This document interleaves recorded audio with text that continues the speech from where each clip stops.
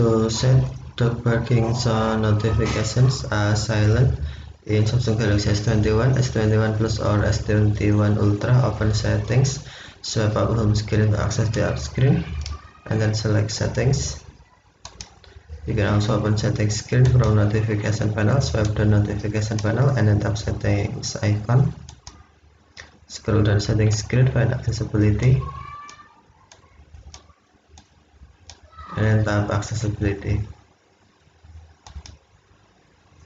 Select hearing enhancements and tap sound notifications. Tap settings. Tap sound notification are paused if you turn off sound notification. If you turn on, tap sound notification are active.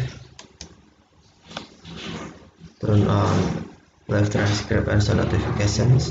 If off, tap sound notification switch until blue to turn on, and then tap dog barking.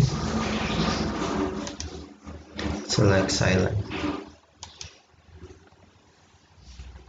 and then tap back button to save. Okay, thank you for watching. Have a nice day.